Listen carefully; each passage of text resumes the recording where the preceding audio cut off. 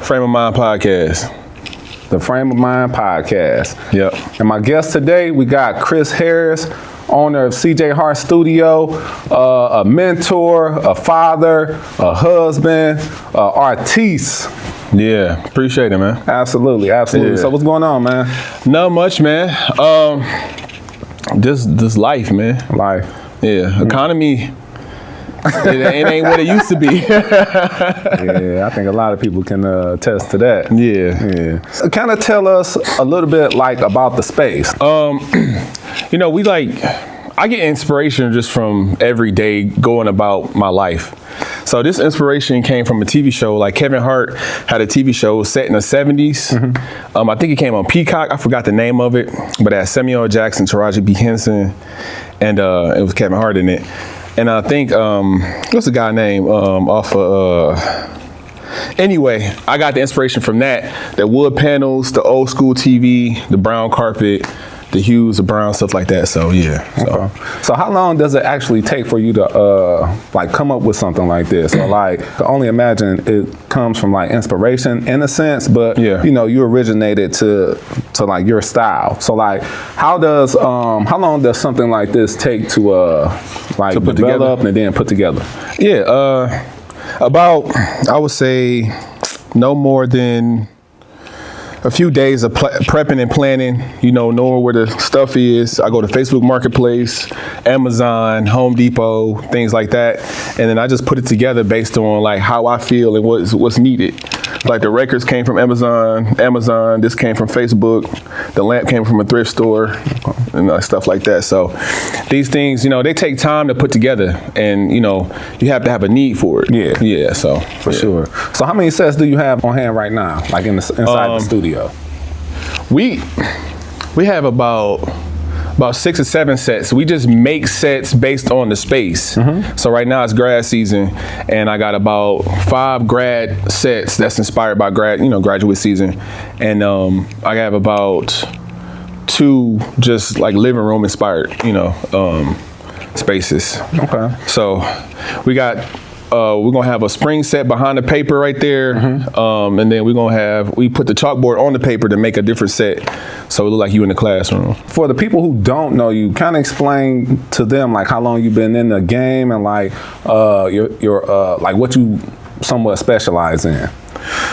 So we specialize in just creative backdrops and sets. I would say I'm a visionary first and a photographer second. I vision the sets and how they should be shot, how they should be, set up and stuff like that. And then we shoot on it based on, the client's needs, stuff like that. Hypothetically, if you need a set built, we'll build it for you. Okay. So that's where we differ at. Photography is everyone has a camera. Right. Camera phone. If you got 7 cameras on your phone now, so everyone's a photographer. So I feel like you have to be a visionary first to build the sets, build the creative art around the photography. So yeah. Okay. How long have you been doing actual photography? I've been in the game 10 years, man. Okay. Yeah, solid 10 years. I started when my daughter was born. Okay. So I picked up a camera. I bought a camera for my wife's birthday. She never used it. Mm.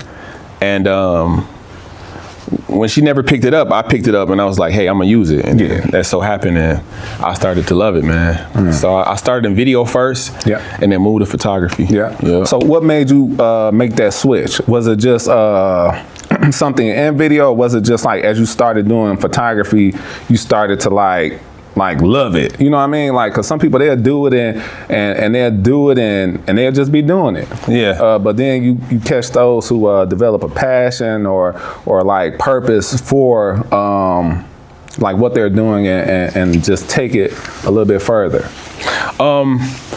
So you gotta dig deep for your passion. You gotta understand what you're doing and how and the reason why you're doing it. It's always a reason behind something. So I feel like when people actually in photography or whatever you do, whatever passions you have, if you don't have that sole reason why you're doing it, you're not going to really, it's not going to transpire right. So I believe me and my passion, it just comes from creating. I love being original. You know, I love being just natural, just things off the top of the head. You haven't seen sets like mine, or you haven't seen photography like mine. So I like to just be different. So yeah. Okay. All right. So when it comes to photography, how would you like describe your style of photography? Creative, outlandish, different, still structured. Yeah. In a way. I would like to say like, me being like nitpicky, I'll be like more contrasty. Yeah. So that's just, me being, just a little bit more artistic. My style is just, like I said, original, straightforward, creative, outlandish, and just, like I said, a little bit of structure behind it. Okay. So you get the client what they need. A lot of times people think clients need this broad, picture. People just need portraits. People just want to like record memories. Yeah. So that's the case. So yeah. So you're saying don't overthink. Yeah, don't overthink it. Overthink. Don't overthink, you'll get underpaid. That's what he's saying. All right. So like, I know you've been in the game for like 10 years, so you got the experience, and like you done seen some things, and you done been around some things. Like, kind of just touch on the work-life balance, because like you had mentioned your wife and you got a daughter, so like just kind of touch on like how you balance your work life. So it really comes where you got to prioritize what you want in life.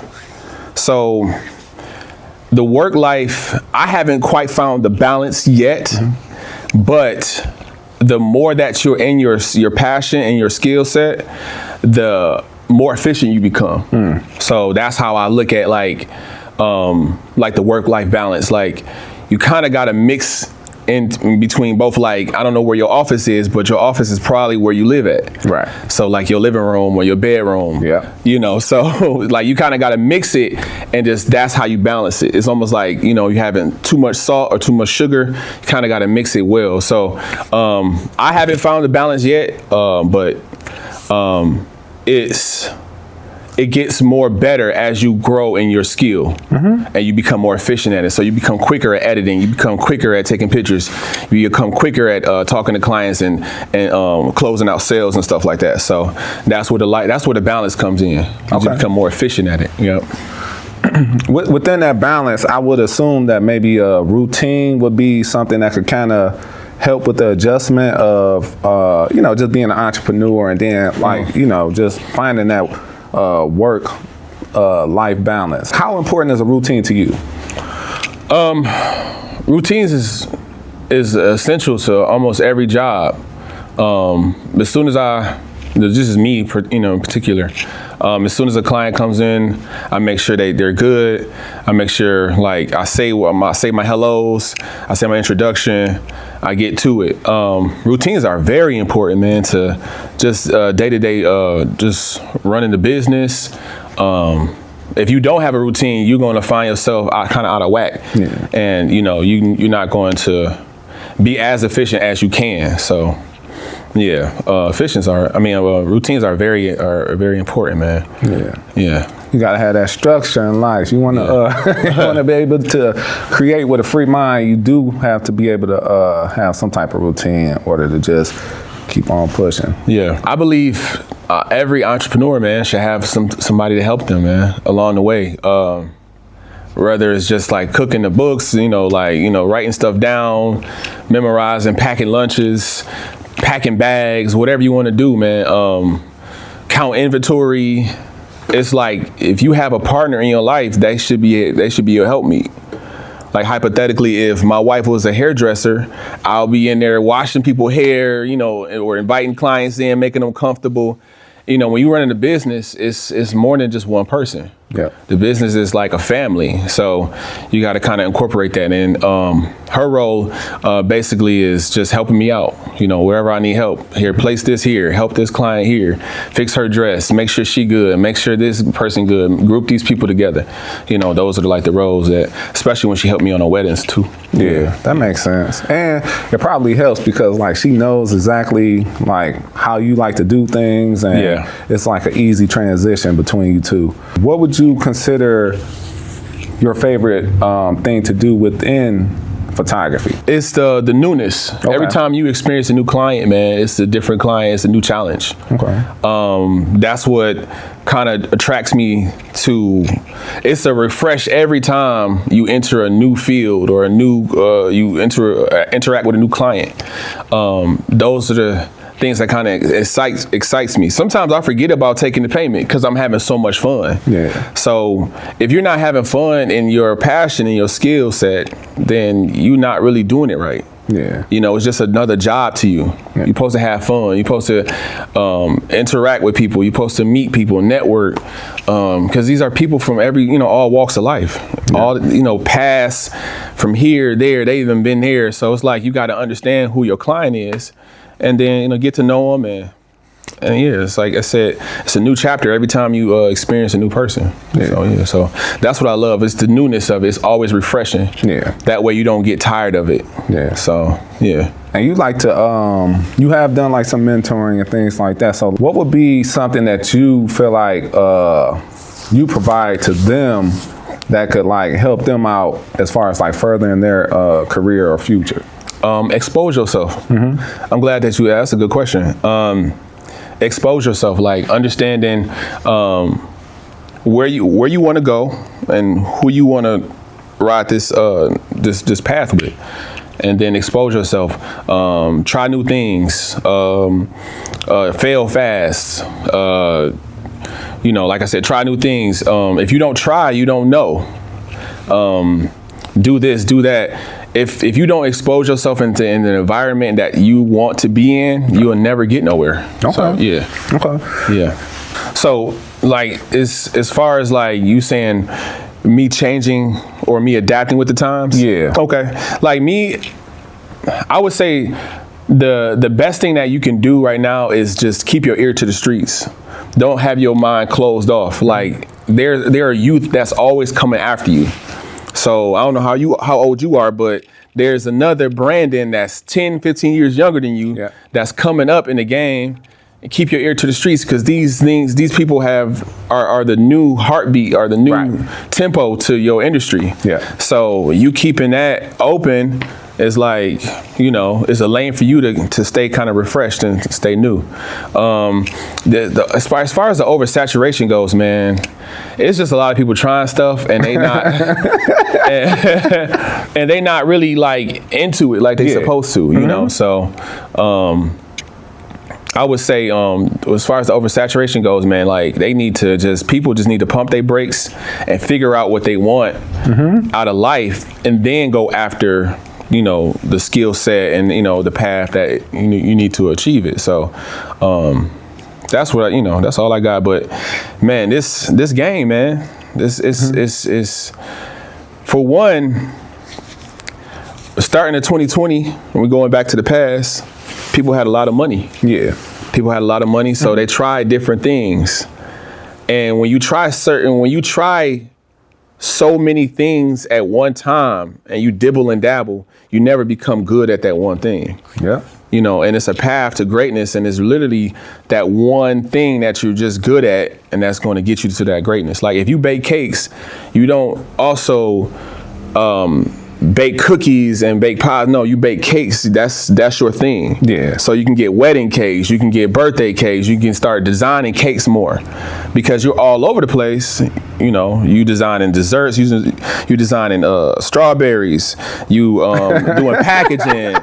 You doing Amazon, like you doing so many things that you never become good at it. Yeah. So it's that one thing that you have to do over and over and over again to like have that reputation, to be great. So just like you, like video, you didn't dibble dabble in photography and you was like, oh, I'm opening up this and no, you just strictly video, Yeah. and you can see yourself grow. Yeah, So, 100%. 100%. That's what it's all about, dog. It's all about that. So, like, just speak on, for me, just kind of talk to the people about passion and purpose, Yeah. how that equates to success. Purpose is, I would say, the path that you're on. So if you're gonna paint the picture, purpose is actually the road that you're on.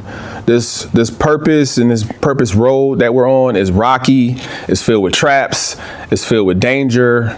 Sometimes it's smooth, sometimes it's not smooth, right? That's the road. The passion is the pace that you're going on. So it's the momentum, it's how you're keeping up with the times, it's the pressure you put on yourself to be great, it's the how many times you failed. So like if you're actually moving on this path, then you're going to trip sometime. Yeah. And the passion is you picking yourself up and you keep going. You're not being thwarted by like all the dangers and all the things in the path. So I believe passion and purpose go hand in hand. Purpose is purpose is that one thing that at the end of the day you know what you need to do, and that passion is the drive behind it. Mm-hmm. So like for me, I'm a photographer, so yeah. I know that every time I put my photos out there, they got to be crispy, they got to be good. The world is seeing this, so that's the purpose behind it, and the passion is how I'm doing it, how many times I'm doing it, how many consecutive, how many times I'm staying on myself to do it. So yeah. Planning is everything. It's from the top to the bottom. Mm-hmm. And if you don't have that structure, everything will fall apart. So yeah. I'm noticing that more and more as I be, growing my skill set. Mm-hmm. If you don't prep and plan, it's not gonna go right. Yeah. It's not gonna go right. Like, planning is like how I do it is, my clients get a video. My clients get good experience. I try to build a connection. These things are like planned in the head, so I can, get the best out of the client. So yeah. I see like people using flash, and like some people use natural light. What would be some of the benefits for both as far as like being a photographer? So I would say the natural light, I always like convert it to like hunting and fishing. So you using strobe light is like fishing. You let everything come to you. You kind of control the environment. Like when you fish, you don't move around. Okay. But when you're hunting and you're out in natural light, you're kind of chasing the sun. Mm-hmm. So wherever the sun is, you're pointing to the sun, or your client is against the sun or with the sun. In whatever case. It all depends on what you like. Mm-hmm. A lot of photographers like to hunt. They like chasing the sun. They like, being out in an environment, and there's nothing wrong with that. Yeah. Some people like me, I like fishing. I like staying in one spot and then letting the fish come to me, just having bait. Yeah. And like these sets are like the bait. So, That's dope. These young people, man, I'm gonna say something. These young people, they don't listen, man. Yeah. So, with you having so much knowledge, and you can kind of see the game or see danger coming. Right.